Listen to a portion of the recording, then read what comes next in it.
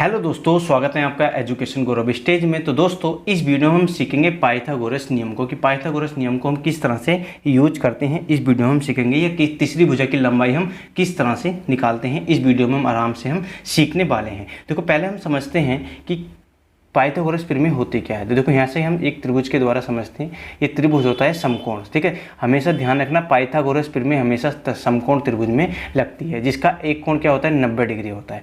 देखो, कोण के सामने वाली भुजा जो भी होती है उसे हम बोलते हैं कर्ण।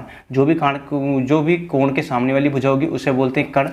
और जो जिस पे लंब पड़ा है, मतलब कि जिस पे कोण बना है उसे बोलते हैं लंब। इस वाली लाइन पे बना है ना, तो इसे बोलेंगे लंब। और जो धरती से बड़ा है उसे बोलेंगे आधार, ठीक है, जिसे वो बोलेंगे आधार। तो ये होती हैं इसकी तीन भुजाएं। तो देखो, किन्हीं दो भुजाओं के वर्गों का योग, मतलब कि इसका वर्ग और प्लस इसका वर्ग और दोनों को जोड़ के तीसरी भुजा के वर्ग के योग के बराबर होता है, ठीक है। तो ये होती है पाइथागोरस प्रमेय। तो कैसे बोलेंगे, जैसे कि हमारा है यहाँ पे कर्ण का वर्ग इज इक्वल टू होता है लंब का वर्ग, शॉर्ट में लिख देते हैं लंब का वर्ग, प्लस होता है आधार का वर्ग। ये होता है फॉर्मूला पाइथागोरस प्रमेय का, ठीक है। यहाँ से करते हैं, इसे हम जब तीसरी भुजा की लंबाई हम निकालेंगे तो यहाँ से करेंगे, यहाँ से स्क्वायर हटाएंगे और इस साइड में अंडर रूट लगा देंगे। तो कर्ण बराबर क्या हो जाएगा, कर्ण बराबर हो जाएगा लंब का वर्ग प्लस आधार का वर्ग, और इसका क्या हो जाएगा, इसके ऊपर लगा देंगे अंडर रूट।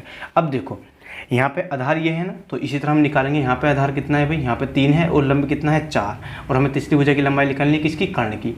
तो कैसे लिखेंगे, तो देखो अंडर रूट के अंदर लिखेंगे लंब कितना है, लंब है हमारा 4 का स्क्वायर हो जाएगा, प्लस आधार कितना है हमारे पास, आधार है 3 का स्क्वायर हो जाएगा। इसी तरह से इन दोनों को करेंगे स्क्वायर, कितना हो जाएगा, इसका हो जाएगा हमारा 16 और प्लस इसका कितना हो जाएगा 9। दोनों को जोड़ा कितना मिल गया हमें, तो दोनों को जोड़ के मिल जाएगा हमें 25, ठीक है। अब हम बताना 25 किसका वर्ग होता है, तो हम सीधा से कह देंगे 25 5 का वर्ग होता है। तो तीसरी भुजा की लंबाई कितनी होगी, 5 सेंटीमीटर होगी तीसरी भुजा की लंबाई। अब इसी तरह से देखते हैं अगले वाले क्वेश्चन को। इसका सेकंड वाला क्वेश्चन क्या कहता है।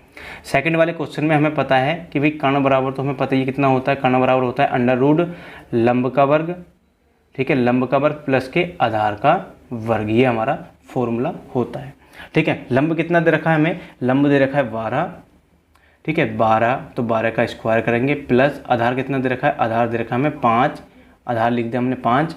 इसी तरह इसका हम करेंगे स्क्वायर, 12 का स्क्वायर कितना होता है 144, और प्लस कितना होता है 25, 5 का वर्ग होता है।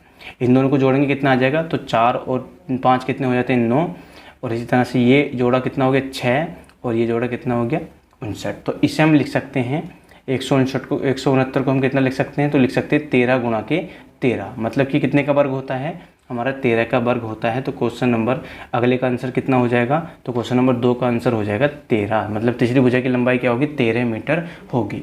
तो उम्मीद है आपको ये पाइथागोरस प्रमेय जरूर समझ में आई होगी। अगर समझ में आई हो तो वीडियो को लाइक कीजिए और चैनल को सब्सक्राइब भी कीजिए और बेल आइकन को प्रेस भी कर दीजिए, ताकि इस तरह की वीडियो का नोटिफिकेशन आपको टाइम से मिल सके। तो दोस्तों, इस वीडियो में इतना ही। अगली वीडियो में मिलते हैं किसी नई ट्रिक के साथ।